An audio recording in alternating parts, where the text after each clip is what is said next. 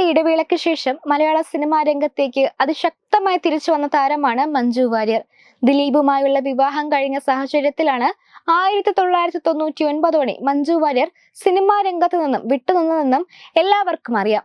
ഇതിൽ ഈ താരവിവാഹം നിയമപരമായി വേർപിരിഞ്ഞതിന് പിന്നാലെ 2014 മഞ്ജു വാര്യർ സിനിമാ രംഗത്തേക്ക് തിരിച്ചു വരികയും ചെയ്തു. രണ്ടാം വരവിലും മഞ്ജു വാര്യരെ പഴയ അതേ സ്നേഹത്തോടെ തന്നെ മലയാളികൾ സ്വീകരിച്ചു. രണ്ടാം വരവിൽ മലയാളത്തിന് പുറമെ തമിഴ് സിനിമകളിലും കൂടുതലായി ശ്രദ്ധ കേന്ദ്രീകരിക്കുന്ന താരത്തെയാണ് കാണാൻ സാധിച്ചത്. ധനുഷിന്റെ അസുരനായിരുന്നു മഞ്ജു വാര്യർ അഭിനയിച്ച ആദ്യ തമിഴ് ചിത്രം.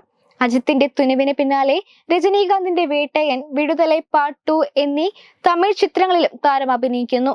ചതുർമുഖം, ലളിതം സുന്ദരം എന്നീ സിനിമകളുടെ നിർമ്മാതാവായും ഇതിനിടയിൽ മഞ്ജു വാര്യർ മാറി. ഇന്ന് മലയാളത്തിൽ ഏറ്റവും അധികം ശമ്പളം വാങ്ങുന്ന താരങ്ങളിൽ ഒരാളുമാണ് മഞ്ജു വാര്യർ.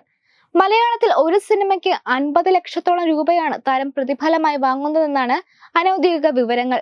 എന്നാൽ തുനിവ് എന്ന തമിഴ് ചിത്രത്തിനായി 90 ലക്ഷം മുതൽ 1 കോടി രൂപ വരെയായിരുന്നു മഞ്ജു വാര്യരുടെ പ്രതിഫലം എന്ന റിപ്പോർട്ടുകളുമുണ്ട്.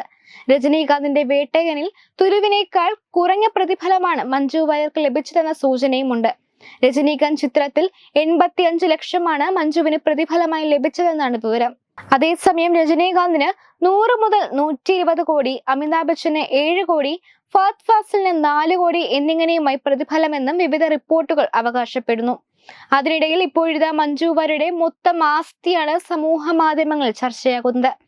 മഞ്ജു വാര്യരുടെ ആകെ ആസ്തി 180 കോടിയോളമാണെന്നാണ് കഴിഞ്ഞ വർഷം റിപ്പോർട്ടുകൾ വന്നത്. സ്വാഭാവികമായും ഒരു വർഷത്തിനിടയിൽ ഇത് വർദ്ധിച്ചിട്ടുണ്ടാകാം.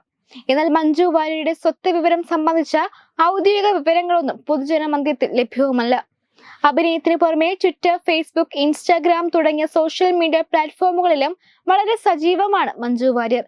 സോഷ്യൽ മീഡിയ വഴിയും അല്ലാതെയുമുള്ള പരസ്യങ്ങൾക്കായി താരം വലിയ തുക ഈടാക്കുകയും ചെയ്യുന്നുണ്ട്. ബ്രാൻഡ് മൂല്യം അനുസരിച്ച് ഇത് 50 ലക്ഷം വരെയൊക്കെ ഉയരും. മലയാളത്തിനും തമിഴിനും പുറമെ അടുത്ത വർഷം ഹിന്ദിയിലേക്ക് കൂടി കാൽ വയ്ക്കുകയാണ് മഞ്ജു വാര്യർ.